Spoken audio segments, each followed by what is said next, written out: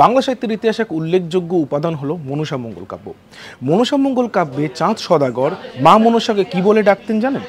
মা মনসা, যাকে দেবী রূপে পূজা করা হয়। চাঁদ সদাগর কিন্তু প্রথমে মা মনসাকে পূজা করতে চাননি। তিনি শিব ভক্ত ছিলেন, তিনি শিবের পূজা করতেন। মা মনসাকে চাঁদ সদাগর ডাকতেন চ্যাং মুড়িকানি।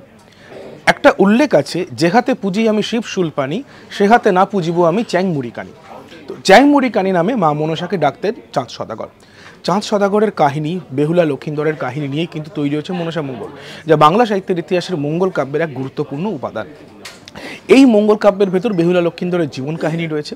বেহুলা লক্ষিন্দরের সাঁতালি পর্বতে তাদের বাসর ঘরে সর্পাঘাতে লক্ষিন্দরের মৃত্যু, তারপর আবার বেহুলার প্রতিব্রতা হয়ে তিনি লক্ষিন্দরকে বাঁচিয়ে আনেন। এই সমস্ত নিয়ে যে কাহিনীটা, এবং চাঁদ সদাগর পরে মা মনসাকে পূজা করেন এবং দেশে দেশে মা মনসার পূজা প্রচার হয়, এই কাহিনী নিয়েই কিন্তু মনসা মঙ্গল তৈরি হয়েছে। তো এই মনসা মঙ্গলে চাঁদ সদাগর কিন্তু প্রথমেই মা মনসাকে পূজা করতে চাননি এবং মা মনসাকে তিনি বলে ডাকতেন চ্যাং মুড়িকানি। ভালো লাগলো তো তথ্যটি? এরকম আরও তথ্যের জন্য কিন্তু দেখতে থাকুন আজ তাক বাংলা, সাবস্ক্রাইব করতে ভুলবেন না।